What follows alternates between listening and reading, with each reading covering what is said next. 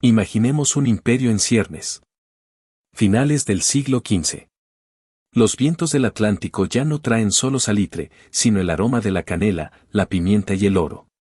Bajo la sombra de la cruz de la Orden de Cristo, las carabelas portuguesas desgarran el velo de la ignorancia en los mapas. En el trono de este nuevo mundo se sienta un hombre tallado en granito, Juan II, el príncipe perfecto. Temido por sus enemigos, respetado por sus aliados, había aplastado conspiraciones con una mano de hierro y asegurado el poder de la corona. Pero todo rey, por poderoso que sea, forja su legado no en el presente, sino en el futuro. Y el futuro de Juan II tenía nombre, rostro y sangre propia, su hijo, el infante don Alfonso. Un joven de 16 años que era, a la vez, el heredero más prometedor y el eslabón más frágil de una dinastía. Esta no es solo la historia de una muerte. Es la crónica de un reino que, en un solo instante, vio cómo su destino se desvanecía entre los cascos de un caballo, y como el susurro de una conspiración pudo haber cambiado el rumbo del mundo.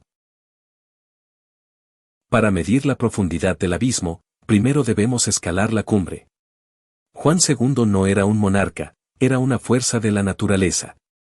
Había heredado un reino en expansión y lo transformó en una máquina imperial. Desde su corte en Lisboa, sus dedos trazaban rutas en el océano, estableciendo feitorias en la costa de África. Pero su grandeza tenía un precio. La alta nobleza, los Braganza, murmuraban. Su poder había sido cercenado. Y en un movimiento que estremeció los cimientos del reino, Juan II mandó ejecutar al propio duque de Braganza, su cuñado, por traición. La sangre corría para regar el árbol de su autoridad. En este mundo de intrigas y poder absoluto, el joven Alfonso era su baluarte. Educado por el brillante humanista Cataldo de Sicilia, el príncipe era un diamante en pulimento, versado en latín, diestro en justas, y poseedor de un carisma que hacía olvidar la sombra de su severo padre. Su compromiso con Isabel de Aragón, hija de los reyes católicos, no era solo un tratado, era la piedra angular de una paz futura entre las dos potencias de la península. En las cartas que se intercambiaban, más allá del protocolo, asomaba el afecto. El mundo, literalmente, estaba a sus pies. El verano de 1491 encontró a la corte desplazada al sosegado palacio de Almeirim, un refugio de caza junto al Tajo. Allí, lejos del bullicio de Lisboa, la vida transcurría entre paseos por los jardines y partidas de caza. Pero el 12 de julio, la tranquilidad se quebró. Un mensajero, con el rostro marcado por la urgencia y el polvo del camino, llegó a palacio. ¿Qué noticias traía? Los archivos guardan silencio. ¿Era un asunto de gobierno que requería la presencia del rey en Santarém? ¿Un mensaje personal para el príncipe que despertó su impaciencia juvenil?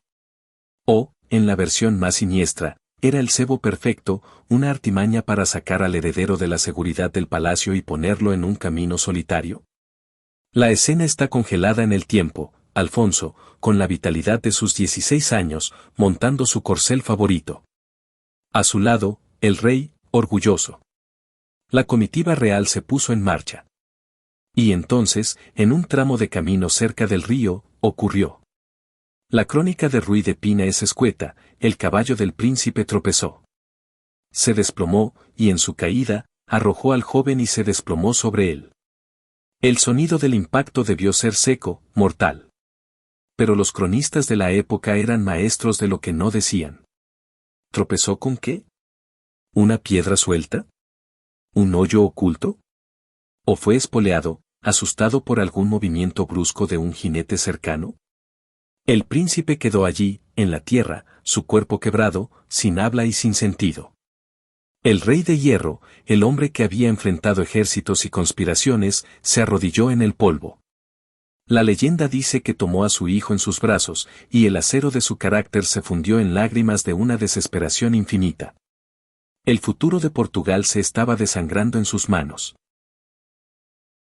La noticia corrió más rápido que el fuego. Un trágico accidente, proclamaron los heraldos. Pero en los salones abovedados del poder, donde el eco de los pasos parece murmurar secretos, otra palabra comenzó a circular: regicidio. La sospecha, como una enredadera venenosa, trepó por los muros del palacio y encontró su soporte en una figura, Manuel, duque de Béjar. Primo de Alfonso, Manuel era un hombre culto y ambicioso que, de la noche a la mañana, vio cómo la línea sucesoria se despejaba milagrosamente a su favor. La muerte de Alfonso no era solo una tragedia, era una conveniencia política de una magnitud colosal. ¿Quién se beneficiaba? Sin duda, Manuel. Pero también aquellos nobles que temían el continuismo del férreo Juan II. Un rey debilitado por el dolor era un rey más manejable. E incluso, desde la vecina España, los reyes católicos podían ver una oportunidad. Su hija Isabel, la prometida, seguía siendo una pieza clave. ¿No sería más ventajoso casarla con un rey más dócil, como Manuel, que con un heredero educado en la escuela de hierro de su padre? La teoría del accidente es plausible, sí. Pero la de la conspiración es irresistible. Implica una frialdad calculada, un juego de tronos donde la vida de un joven vale menos que la ambición de un linaje. El misterio no es solo cómo murió Alfonso, sino cuántas manos invisibles empujaron a ese caballo para que tropezara. El viaje fúnebre desde Almeirim hasta el monasterio de Batalha debió ser el más largo en la vida de Juan II. No acompañaba un cadáver, acompañaba su propio fantasma. El hombre que regresaba a Lisboa no era el mismo que había partido. La corte lo veía pasear por salones vacíos, su mirada perdida en un horizonte que solo él podía ver. Se dice que ordenó que la habitación de Alfonso se mantuviera exactamente como él la había dejado, un santuario a la memoria de un futuro cancelado. En Batalha, el panteón de los reyes de Avis, se levantó una tumba para el príncipe. Una obra de arte en piedra que es un grito de dolor silencioso. Juan II visitaba con frecuencia ese lugar. Se cuenta que pasaba horas sentado junto al sepulcro, hablando en voz baja con su hijo, pidiendo perdón por no haber podido protegerlo. Su salud, quebrantada por la pena, comenzó a declinar rápidamente. La maldición del heredero, una sombra que persiguió a la casa de Avis, había cobrado su precio más alto. El rey de hierro se estaba oxidando desde dentro, consumido por un dolor que ni todo el oro de África podía aliviar. La historia, con su cruel sentido de la ironía, a menudo se burla de los planes de los hombres. Sin un heredero directo, Juan II se vio forzado a nombrar sucesor a quien la sospecha señalaba, a Manuel de Béjar.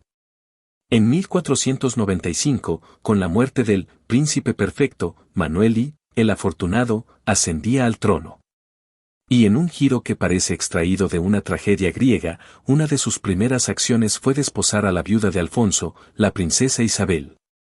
La joven que había llorado a su prometido ahora compartía lecho y trono con el hombre cuyo camino al poder se había allanado con su muerte. Bajo Manuel I, Portugal alcanzó su cenit. Vasco da Gama abrió la ruta a la India. Cabral tropezó con Brasil. El oro y las especias fluyeron como un rinto hacia Lisboa.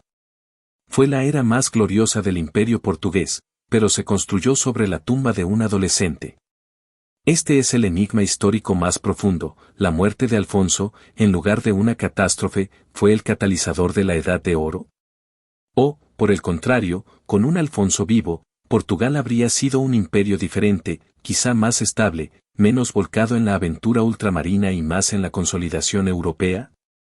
Es la pregunta que jamás tendrá respuesta, el eco de un futuro alternativo que se perdió para siempre en un camino de Portugal.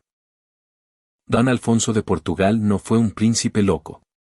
Fue un espejismo de perfección, un destello de potencial que se apagó demasiado pronto. Su historia es un recordatorio monumental de la fragilidad de los designios humanos frente al azar o frente a la malicia.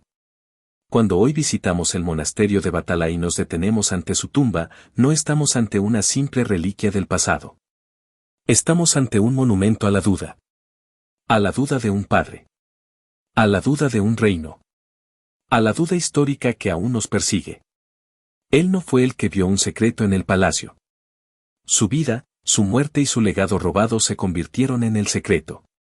Un secreto que yace bajo una losa de piedra, un punto de inflexión silencioso en la historia, cuyo susurro aún podemos oír si escuchamos con atención en los corredores del tiempo.